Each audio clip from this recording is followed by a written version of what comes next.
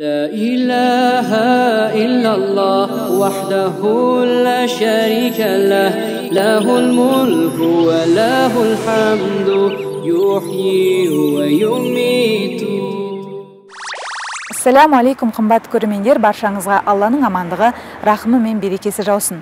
Айлардың сұлтаны қасиетті Рамазанға аман есен жеткізген Аллах тағалаға сансыз шүкірлер болсын. Өйткені ислам дінінің, яғни адамзат тарихында есімі алтын әріптермен жазылатын сахабалар кезінде Рамазаннан Рамазанға аман есен жетсек екен деп Аллах тағаладан сұрап көздеріне жас алатын болған. Ал сондай нығметке жетіп отырып біз Рамазанның маңызын сезініп жүрміз бе? Немесе өзімізге парыз болған оразаны қалай тұтып жүрміз? Әлде жеңілдіктерге арқа сүйеп босқа уақыт өткізіп жатырмыз ба?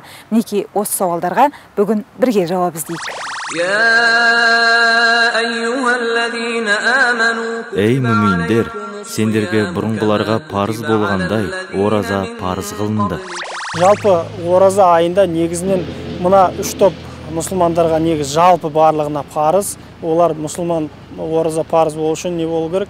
Бірінші балиғат жасына толған болу керек, және екінші ақыл есі дұрыс болу керек, және мына отырық бір жерде отырықшы болу керек, жолаушы болмау керек. Осы адамдардың барлығына ораза парыз. Және Құранда кімдер ораза ұстамайтынына байланысты Бақара сүресінің 184-185 аяттарында айтылады. Бұл үкімге жалпы адамдар кіреді, әйел де еркек те кіреді. Ол жерде қай үш топқа рұқсат етілген ораза ұстамауға? Бірінші топ бұл жердегі ауру сырқаулар, екіншісі жолаушылар, үшінші топтағылар мысалы шамасы ораза ұстауға шамасы жетпейтін адамдар. Сонымен Рамазанда ауыз бекітуге шамасы жетпейтін адамдар кімдер? Оның да жауабы бар. Айықпас ауруға шалдыққандар, әбден қалжырап қартайған, ораза ұстауға шамасы жетпейтін қариялар. Бірақ олар оразаның әр күні үшін фидия береді, яғни күніне бір кедейді тамақтандырады, немесе ақшалай садақа беруі тиіс. Ал жүкті әйелдермен емізулі баласы бар аналардың ахуалы қандай? Әдетте олардың оразадан жеңілдетілгенін білеміз, бірақ бұл парыздан босатылды деген сөз емес. Жаңа ораза тұтудан нифасты және хайызды әйелдер өкілі босатылады. Нифасты дегеніміз яғни бала босанған әйелдердің жағдайы, және хайызды деген етеккірі келген әйелдердің жағдайы. Олар оразадан босатылады, кейін ораза біткеннен кейін қалаған уақытында оразасының қазасын өтейді. Жадыра Серікбек қызының Рамазанда ауыз бекіткеніне 10 жылдың жүзі болыпты. Әуелгіде асқазан ауруынан күдіктеніп, парызын өтеуге жүрексінгенімен тәуекелге бел буып, дертінен де айыққанын айтады. Шыны керек, менің асқазаным қатты ауыратын.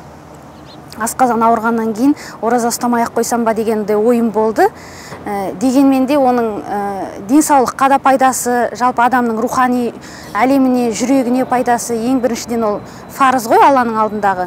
Соны орындаудың қасиетін түсінгеннен кейін, шын ниетімен егер адам ұстайтын болса, тіпті ауруынан да дертінен де жазылып кетеді екен, оған көзім әбден жетті. Биылғы оразаға келетін болсақ, әрине мен енді қазір жүктілігіме байланысты ораза биыл ұстай алмайтын болып тұрмын. Бір жағынан өкінішті шығар, бірақ бір жағынан қуаныштысы, Алла қаласа енді өмірге бала келуге дайындалып жатырмыз. Жалпы Алла тағала Құдай айтады ғой, бүкіл фарыз амалдардың, ғибадаттардың бәрі, мысалға намаз, қажылық, зекет, ол адамның өзі үшін болса, тек ораза мен үшін деп айтады. Оның сыйлығын өзім берем деп айтады. Сондықтан оразаға жетудің өзі бір арман. Егер де жүкті әйел, немесе бала емізіп жүрген әйел ораза тұтуға шамасы жетсе, оразасын тұта береді. Ал егер шамасы жетпеген жағдайда оразасын тұтпай, кейін қазасын тұтады. Өйткені Аллах тағала Құран кәрімде айтқан, бисмиллахир-рахманир-рахим, Бақара сүресінің 183 аятының жалғасында: "Уа антасуму хайрун лакум ин кунтум та'ламун". Сендердің ораза тұтуларың сендерге жақсырақ болады делінген. Алайда біз ата дініміздің әліппесімен енді ғана танысып жатқандықтан бұл жайттардан бейхабармыз. Яғни емізулі баласы бар немесе жүкті әйелдерді айтпағанда оразаның парыз екенін білгенімен түрлі себептермен қасиетті айды өткізіп алып жатамыз. Ниетіміз дұрыс. Алланың алдында парыз екенін білеміз, мешітке келеміз жұма күндері. Пітір садақамызды береміз. Бұлай ораза әлі ұстаған жоқпыз, денсаулығымызға байланысты. Шыны керек, осы уақытқа дейін жұмыс істедік та, тырысып көрген жоқ. өзім ұстамасам да үйде отбасымда ұстайтын адамдар бар, бауырларым бар, жолдасым бар. Сол кісілерге таңертең тұрып сәресін беріп, кешкісін ауыз ашар жасаудың өзі бір бақыт деп ойлаймын. Жүктілік кезінде ораза тұтуға болатынын білесің бе? Білемін, бірақ ұстай алмайтын сияқтымын. Егер белгілі бір күндері күнделікті ұстау, бірінен кейін бірін ұстау қиын болатын жағдай болса, егер бөліп ұстауға мүмкіндіктері болса, бір күн ұстап, бір күн ұстамай, бір күн ұстап, бір күн ұстамай, солай ұстаса да болады. Негіз жалпы оларға рұқсат етілген ұстамауға, бірақ ұстаймын десе де, егер денсаулығы көтеретін болса, өз денсаулығына қауіп-қатер төнбейтін болса, және баласының денсаулығына қауіп-қатер төнбейтін болса, бұндай жағдайда емізулі әйелде, жағы жүкті әйелде кез келген уақытта ораза ұстай беруіне болады. Мысырда оқып жүрген кезімде мен басымнан да өткен жағдай, мен екінші баламда емізіп жүрдім. Ол кездерде мен де денсаулығыма зиян келетініне қорққан не алғаннан ораза тұтпадым. Кейіннен қазасын өтегенім болған ондай жағдай менде. Сонымен жүкті және емізулі баласы бар әйелдердің өзі ораза парызын өтеуге міндетті болса, салт жүріп парыздан құр қалудың жауапкершілігін салмақтауға болады. Тысқан жоқпын. Не себепті? Өйткені денсаулығым болмай жүр, мен бүйрегім ауырып. Сондықтан шыдай алмайын ба деп ойладым да. Құлап қалам ба бір жерде, өзім қаным аз. Бірақ тұтқым келген. Кейбір адамдар бұлай ойлауы мүмкін. Мен мынандай ораза ұстасам қиналып қалам деген бос қорқыныштан ораза ұстамай қоюға да болмайды. Шын мәнінде көру керек. Егер ол бір күн, екі күн ұстап кете алатын болса, ары қарай ұстаған абзал. Егер шын мәнінде ұстап, бұндай ұстаған жағдайда денсаулығы қиындап жатса, өзіне қауіп төнетін болса, баласына қауіп төнетін жағдай болса, онда аузын ашуға рұқсат беріледі. Я кейін бір қазасын өтейді оны, міндетті түрде өтеу керек. Ей иман келтіргендер, Аллаға бойсыныңдар, әрі пайғамбарға бағыныңдар, сондай-ақ ғамалдарыңды бұзбаңдар. Сонымен арамызда Аллах алдындағы қарызын арқалап жүрген адамдардың қанша екенін өзіңіз бағамдай беріңіз. Ал ораза кезінде бір күнді ғибадатты бұзудың өтеуі жайлы не білесіз? Оразада бір күн қаза болса, орнына дәл солай бір күн ауыз бекітіп өтеу керек. Ал біле тұра оразаны бұзудың өтеуі немесе кәффараты жайлы әңгіме басқа. Бір сахаба келіп, я Расулаллах айтады, мен ораза кезінде осындай оразаны бұзып қойдым, әйеліме жақындастым, не істеуім керек? Пайғамбарымыз саллаллаху алейхи ва саллям айтады, егер осындай оразаның кезінде бұзған болсаң, бірінші жаңағы не істеуің керек? Құлды азат етуің керек. Алланың елшісі, менің құлды азат ететін шамам жоқ. Онда құлды азат ететін шамаң жоқ болса, онда не істеу керек дейді? Жаңағыдай 30 күн, 60 кедейді тойдыру керек дейді. Айтады, я Расулаллах, 60 кедейді тойдыратында менің шамам жоқ. Онда айтады, бұған да шамаң келмесе, онда 2 ай қатарынан ораза ұстау керек. Әлгі кісі айтады, Алланың елшісі, бұндай ұстайтында жағдайым жоқ. Деген кезде Пайғамбарымыз саллаллаху алейхи ва саллям оған күлімсірейді де, бір кезде оған бір жәшік құрма береді. Сосын айтады, мұнаны кедейлерге апарып тарат дейді. Сол кезде айтады, Алланың елшісі, бұл осы аймақта менен асқан кедей жоқ. Сол кезде Пайғамбарымыз саллаллаху алейхи ва саллям онда жанұяң апарып бөліс дейді. Бұл жерде қарап тұрсаңыз, исламда жеңілдік, ешкімге шамасы келмейтін жүкті Алла тағаланың артпайтындығы, мойнына жүктемейтіндігін біз ұғынамыз. Қасиетті Рамазанда, яғни ораза кезінде аспазшылардың халі не болмақ? Бұл туралы көпшілік пікірін білсек. Бірақ енді тамақ жағдайы, меніңше өзің шынайы осыған берілсең, ол тамақ істей беруге болатын сияқты. Мен жалпы тамақ істегенді дәмді көрмеймін. Әбден болған соң қол алға алып тамақтанған кезде бірақ көрем дәмін. Сол кезде дұрыс. Сол жобамен істеймін. Ешкім жоқ қой, өзім әзірлеймін, жайлап. Бірақ білмей қалсам, неғып қоям, Алла кешірсін деймін. Жалпы тағам әзірлейтін әйел адамдарға және немесе кішкентай балаларын тамақтандыратын әйелдерге, аспазшыларға тамақтың дәмін тату оразасын бұзбайды, тек тамақтың дәмін татып, оны түкіріп тастаған жөн болады. Ораза еріккеннің ермегі емес, Раббымыздың адамзатқа жәрдемдеуге болады. Әлем ғалымдары осындай тоқтамға келуде. Американдық ғалымдар адамдар мен сүтқоректілер арасындағы ашығу кезеңін зерттей келе, өмір ұзақтығын түсіндіретін жасуша механизмін анықтады. Ғалымдар мен олардың әріптестері ашығу кезінде ағзадағы өмір ұзартқыш гендер белсенділік танытатынын бақылады. Ал жасушадағы энергетикалық алмасуға митохондрия жауапты. Ғалымдар бұған дейін де митохондрияның жұмысы ағзаның ұзақ жасауына ықпал етуі мүмкін деген болжам жасаған болатын. Ал митохондрия әлсірегенде жасуша зақымдануға бейім болады да онда апоптоз, яғни өздігінен күйреу процесі басталып кетеді. Ол ядро мен цитоплазма митохондриясында қуаттың кеми бастауынан білінеді. Ферменттер митохондрия жұмысына оң ықпал етіп, жасушадағы қуат алмасуын күшейтіп, яғни жасушаның қартаюын тежеп, күйреуге тосқауыл жасайды. Тіпті митохондриялардағы және гендерге ықпалды қандай да бір молекула табылса, сол арқылы кәріліктен туындайтын аурулардың да емін табуға болады деп ғалымдар алақан сықылап отыр. Мінекей осы жаңалықтың өзінен Аллах тағаланың адамзатқа деген мейірімін аңғаруға болады. Яғни ораза тұтсаңыз, ағзаңыз тазарып, жасыңыз ұзарып, сабырыңыз шыңдалып қана қоймай, ең бастысы Раббымыздың алдындағы парыздан құтыласыз. Ал осындай ислам шарттарына мойынсұнушыларға құрмет көрсетудің өзі ең маңызды амалдардың бірі екенін ескерте кетейік. Негізі енді мұсылман мемлекеттерінде Рамазан айының құрметіне күндіз барлық ресторан, кафелер, асханалар жабық болады. Яғни ауызашарға қарсы істейді ондай мекемелер. Тек туристік немесе өзге діндегі адамдарға ғана ондай мекемелер ашық болады. Тіпті себеппен ауыз ашқан адамның өзінің үйінде тамақ ішкені абзалырақ. Неге дегенде ауыз бекітіп жүрген адамның алдында тамақ ішіп жеудің өзі ол дұрыс емес нәрсе. Әбестікке жатады. Енді бұл мәдениетке байланысты, әркім түсінікке байланысты. Мысалы, мұсылман елінде тұрып жүрген адамдардың өзі, дінге сенбейтін кейбір адамдар мұсылмандардың өзіне құрмет көрсетпей жатуы мүмкін. Кейбір басқа дін өкілдері, мысалы, осындай мұсылман болмаса да, бірақ осындай бұл несіне байланысты алған тәрбиесіне, әдептілігіне, сол өскен қоғамының тарихын білуіне байланысты.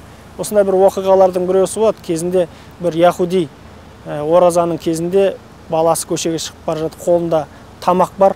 Сол кезде әлгі кісі баласына тыйым салады. Бұл қазіргі қасиетті Рамазан айында мұсылмандарға бұндай көрсету әдепсіздік болады деп.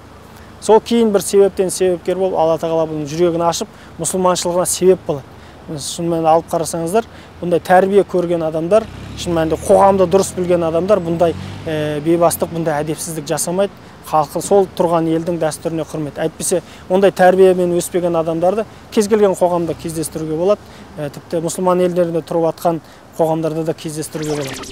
Расында, ораза айында той жасап не болмаса, көшеде өзге ауыз бекітушілердің алдында тамақ жеу әдепсіздік қана емес, мәдениетсіздікті де білдіреді. Ал кісісі бақиғат танып, қара жамылған үйге барып дастархан басына жайғасып отырып алу, тіптен жай күндердің өзінде де ұнамсыз әрекеттерден екенін Аллах елшісі Мұхаммед саллаллаху алейхи уассалам ескертіп кеткен. Енді бұл жағдайда көбінесе халықты бірте-бірте үйрету керек. Біздің дін қайраткерлері, имамдарымыз бұлардың дұрыс емес екендігін бірте-бірте түсінсе, халық оны жасамайды. Әйтпесе неге қазір көңілі қалмасын, тамақ бермеді деп айтпасын деген ниетпен барлығы да Рамазан болсын, сол кезде ас беріп жатады. Бұл негізі дұрыс емес. Сондықтан мүмкіндік болса, жаңағыдай қонағасы болады, басқаларды болады. Адамдар исламды білген жағдайда ауыл қариялары болады, тоқтатып, бұл жерде адам қайтыс болған адамға көңіл айту үшін келеді. Адамдар тамақ жеу үшін келмейді. Басты нәрсе көңіл айтып жұбаныш болу. Сондықтан ол кісілердің үйіне барған кезде жаңағыдай ас дәмету емес, қайта көңіл айтып шығып кеткенді борыш деп білу керек. Ислам қоғамында бұндай нәрселер жат. Негізі біздің ата-бабаларымызды алып қарасаңыздар, қазір де шын мәнінде дәстүрімізді сыйлаған, өзінің ата дәстүрінің қазақшылығын білетін ағайындардан қазіргі таңда да көре аласыздар. Шын мәнінде тойларды, сондай жиындарды оразаға дейін өткізіп тастауға тырысады. Неге? Өйткені шын мәнінде бүкіл дүйім жұрттың барлығы ораза ұстап жатқан кезде бұлар кәдімгі ауызашар бергендей күндіз той жасап жатуы әдепсіздікке жатады. Және жалпы негізінде біле тұра ораза ұстамаудың өзі күнә жеке адамға. Сондықтан бұл күнә жасамау әрі басқаларды ауыз ашуға итермелейтін болғандықтан бұл үлкен әдепсіздік болып саналады. Негізінде ислам қоғамында бұндай жол берілмегенде бұндай әдетте жоқ. Рамазан айында күндіз той жасау деген. Біздің халқымызда да бұндай болмаған. Қазір болып жатқандары бар шығар, бірақ олардың көбісі көбінесе ата дәстүріміздің өзін, қазақшылығымыздың өзін білмегендіктен туындап жатыр. Әрбір амал ниетпен өлшенетінін ескерсек, ыстық ықылас, тапжылмас ниет, сауапқа кенелудегі таптырмас табанды жол. Алайда 60 жастан асқанда ағзаның әлсіздігі артады деген пәтуаны алға тартатын ғалымдар да бар. Бірақ жәннатқа ұмтылған жандар үшін бұл мәселе түк емес. Сіз қиналып жатқан жоқсыз ба ораза тұтып? Жоқ, Алла Құдай сақтасын. Енді оны тосардай тостық, күтерде енді күтіп, сол бар жоғымызды ішіп жеп, Алла тағалам жеңілдік бер деп, ораза 30 күн оразамды күліп ойнап өткізейін деп, бүгін мешітке келіп жаңаға бітірімді беріп, 8 шөбірелерім 5, немерелерім бәріне 80-800 бітірімді салып, садақамды беріп шығып біле жатыр. Жалпы ғалымдардың пікірі бұл жерде қарасаңыз жас шектеу жоқ. Берген үкімдерге қарасаңыз. Неге? Жасқа байланысты емес, бұл жерде жеке адамның жағдайына байланысты берілген үкім. Жалпы үкім қандай? Жалпы үкім шамасы жетпейтін, күші келмейтін адам. Бұл 30 жастағы адам болуы да мүмкін, 40 жастағы адам болуы мүмкін, 80 жастағы адам да болуы мүмкін. Сондықтан шариғи тұрғыда оған белгілі бір жас шектеу қойылмаған, тек қана өлшем қойылған не? Шамасы келмеу, денсаулығына қауіп төну, бұндай мысалы кейбір емделмейтін аурулары бар кісілер болады. Ол кісілердің ораза ұстаған жағдайда ауру одан сайын қозып кетуі, тіпті асқынып кетуі мүмкін. Оған ауру сырқаттар бар. Оларды жасына қарап шектеу қоя алмайсыз, ауруына қарап шектеу қоясыз. Ауру астан деп халқымыз бекер айтпайды. Сондықтан ораза кезінде қалай тамақтану керек дегенге пайғамбарымыз Мұхаммед саллаллаху алейхи уассалам ауызашарға асығыңдар, сәресіні кешіктіріңдер, сәресіде береке бар деген өсиеттерінің мәнісі зор. Сондай-ақ асқазанның 1/3 суға, 2 бөлігін тағамға, ал 1 бөлігін ауаға қалдыр дегені де денсаулыққа қатысты хикметті өсиет. Ал диетологтар ауызашар мен сәресінің арасында тағы да бір рет тамақтануға кеңес береді. Яғни ауызашардан соң ұйқыға батып сәресін ішуге еріншектік таныту шариғи тұрғыдан ғана емес, ғылыми тұрғыдан да әбестеу болып отыр. Өйткені Рамазан айында тамақтану дағдысында күн мен түн алмасады, ал адам ағзасы күніне 3 рет тамақтануды қажетсінеді. Сондай-ақ сұйықтықты көбірек ішуге тура келеді. Рамазан айы жылдан жылға жазға жылжып келе жатқандықтан, бұл ауыз бекітуге дағдыланбаған адамдар үшін өте ауыр сынақ болып көрінеді. Мүмкін. Өйткені ең әуелі шөл қысып, ағзада сусыздық пайда болады. Диетологтардың айтуынша көптеген адамдар ораза кезінде сұйықтықты өте аз ішетіндігіне мән бере бермейді. Сондықтан олар ауызашар мен ұйықтарға дейінгі уақытты дұрыс пайдаланып, сұйықтықты көбірек ішуге кеңес береді. Егер де сіздің ағзаңыз көп мөлшердегі суды бірден сіміріп салуға дағдыланбаған болса, онда сусынды жиірек ішіңіз. Сондай-ақ шабдалы, банан, алма, алмұрт сынды жемістердің құрамында су көп, бірақ олардың құрылымына орай бөлінетін қуат өте жай болады. Бұл қуатты ұзақ уақыт сақтауға мүмкіндік береді екен. Рамазан айы ойдағыдай өту үшін сіздің тәуліктегі ішкен сұйықтығыңыздың мөлшері 2 литрден кем болмауы тиіс дейді мамандар. Қалай дегенмен де сабыр болса, кез келген аштықта 40 күн шыдау түк емес екен. Пайғамбарымыз саллаллаху алейхи вассалам кейбір кезде ораза ұстаған кезде сауму висал дейді. Мен тіпті пайғамбарымыз саллаллаху алейхи вассалам ауыз ашпастан кейбір кезде оразаларын жалғастырып кеткен кезеңдері бар. Сол сияқты демек қарасақ, шын мәнінде талқылап қарасақ, адам баласы аштықтан өлмейді. Адам баласы неден өледі? Адам баласы үйренген әдетін тастай алмағандықтан, сабырсыздық танытқандықтан, бойындағы күресу, адамның бойындағы не дейміз ғой, иммунитетінің өзін. Адамда негізінде көп нәрсе кесел туғызатын да, адамға негізі адамның ағзасында бүкіл кеселге қарсы күрес алатын ешқандай дәрі-дәрмексіз негізі емделетін механизм бар.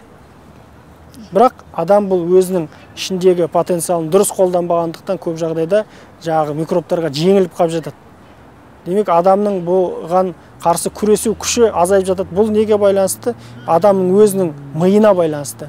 Өйткені көп жағдайда адамның денесін басқарып тұратын миы арқылы басқарады. Егер біз шын мәнінде ойласаңыз, ауырмай тұрған күннің өзінде, егер өзіңіз дегбір сізден мазаңыз қашып, мен ауырып қалдым деп шынымен ойлай бастасаңыз, ешқандай денеңіз сау болып тұрған күннің өзінде стресс дейді. Қазіргі таңда аурулардың көбісі стресстен туады. Не? Бұның бәрі психологиялық жағдайдан туындайды. Демек, адамның психологиялық жағдайы дұрыс болған жағдайда адамда бұндай ауру кеселдер көп болмайды. Сондықтан иман да басты байлық иманда. Иманды болған жағдайда, құлшылыққа берілген адам жағдайда стресс деген нәрселер аз болады. Бұндай кісілер келген қиындықтардың бәрі Алла тағаладан екенін біледі. Раббыларың былай деді: ораза қалқан, пенде оған тозақ отынан паналайды. Ораза мен үшін, мен оразаның есесін беремін. Шынайы мұсылманның арманы мәңгілік бақ жәннатта раян деген есік бар екен. Ал оған тек қана Рамазанда ораза тұтушылар кіргізіліп, есік жабылады екен. Мінекей қымбатты көрермендер, күнделікті күйкі тіршіліктен арыла алмай, небәрі 30 күн оразада нәпсіге тыйым сала алмай жүрген кезде, мәңгілік бақ жәннаттағы раян есігінің ар жағында Раббымыздың нендей нығметтері бар екенін білуден қағыламыз. Ендеше сарқылмайтын қазыналар әлемінен алыстатпай оған жақындататын амалдарымыз көбейсін деген тілекпен бүгінгі хабарымызды тәмамдаймыз. Баршаңызға Аллах тағаланың амандығы мен берекесі, рахымы жаусын. Ассаламу алейкум ва рахматуллахи ва баракатух. Subhanallah walhamdulillah wa la ilaha illallah. Allahu akbar wa la hawla wa la quwwata illa billah.